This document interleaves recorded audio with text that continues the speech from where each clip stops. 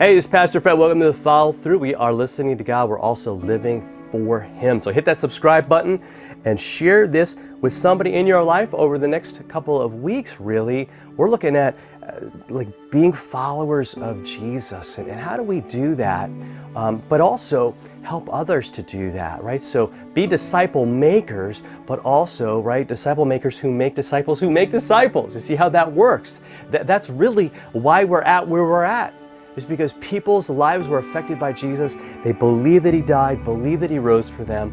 And so what happens is the Spirit stirs in their hearts and they look at the Word of God and they're like, man, people need to know this. I want people to follow Him like I'm following Him. I want them to have the life that I have. This new life in Jesus. So that's what we're talking about.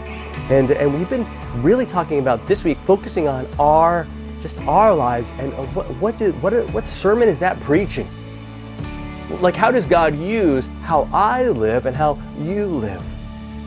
Because we know that there are people in our lives that just boss us around. There's people that just tell us information and tell us to do things, but we really respect the people who not only tell us what to do, but show us how to do it, and that are willing even to get down into, right, get their hands dirty and roll up their sleeves and be right alongside of us.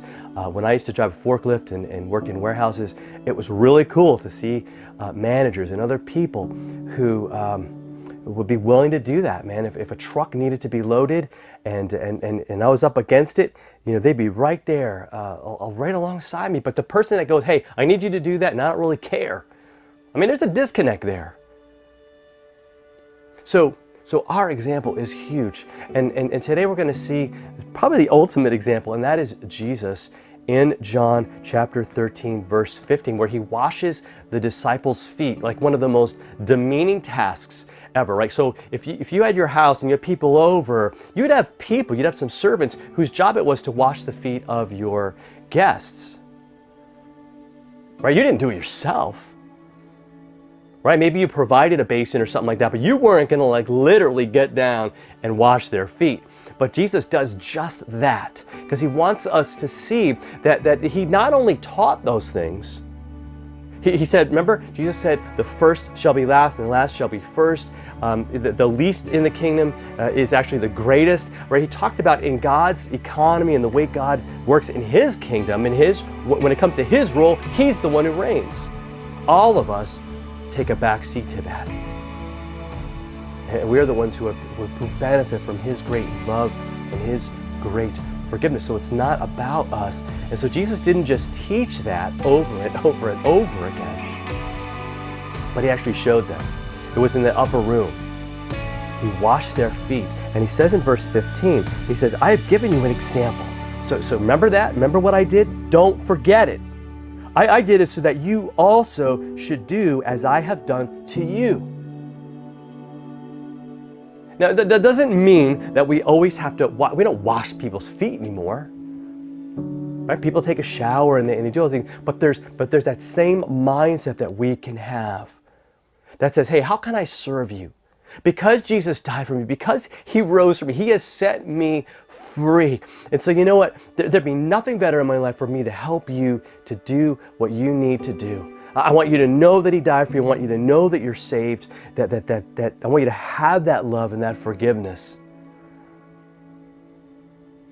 See, that's the mindset that Jesus is saying, where you put other people first. Why? Because God has locked in your eternity with Him. He's adopted you. He's claimed you as His own. And that is who you are. And so you don't have to play the power game, right? You don't have to be like, man, that's beneath me. There's nothing beneath you. If it's going to help somebody, or if it's going to make a difference to them, you're going to be there. And let me just say that example, that living out of the truth is so incredibly powerful. And I want you to take some time today and think about the people in your life who have done that for you and just how it has changed you. And just see, like, Lord, how can I have that mindset in my life? Knowing that I'm loved and forgiven, right? So I'm not doing this out of guilt. But what if I could show people by how I live that everything in the Scriptures is true?